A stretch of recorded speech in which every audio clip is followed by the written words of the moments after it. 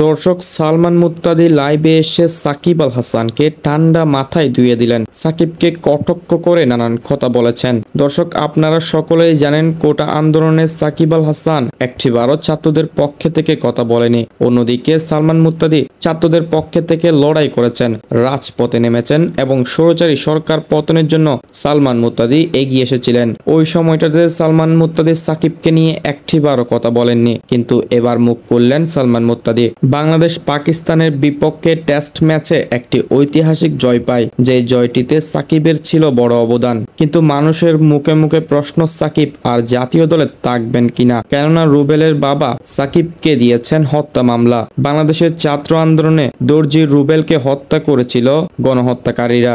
বাংলাদেশ যখন স্বাধীন হয়ে যায় তখন রুবেলের বাবা ওই বিষয়টিতে মামলা করে এবং সেই মামলাটিকে জড়িয়ে দেয় সাকিবকে, যেখানে বলা হয়েছিল সাকিব দেশে আসলে গ্রেফতার করা হবে। সাকিব একজন গণহত্যাকারী। এই বিষয়টি সালমান মুত্তাদি শুনতে পেরে অবাক হয়ে যান এবং সাথে সাথে লাইভে এসে বলেন, সাকিব কখনো গণহত্যাকারী হতে পারে না, সে কখনো হত্যা মামলা জড়িত থাকতে পারে না। সে একজন চোর, সে একজন বাটপার, সে একজন অর্থ পাচারকারী, সে একজন ম্যাচ ফিক্সচার এবং সে একজন বেটিং সাইটে জড়িত ব্যক্তি, কিংবা সে একজন শেয়ার মার্কেট এক্সচেঞ্জার। কিন্তু আমি কখনো বিশ্বাস করি না সে কখনো হত্যা করতে পারে, সে কখনো হত্যা মামলায় জড়িত হতে পারে। দর্শক এখানে যদি আপনি লক্ষ্য করেন, হত্যাকে আড়াল রেখে সাকিবের সকল কর্মকাণ্ড তুলে ধরেছেন সালমান মুত্তাদি, যেখানে সাকিবকে ইঙ্গিত করে বলেছিলেন সে চোর, বাটপার, ম্যাচ ফিক্সচার সহ নানান উপাধি। এখানে গণহত্যাকে আড়াল রেখে সাকিবকে এমন উপাধি দিয়ে বসেন সালমান মুত্তাদি। দর্শক সালমান মুত্তাদির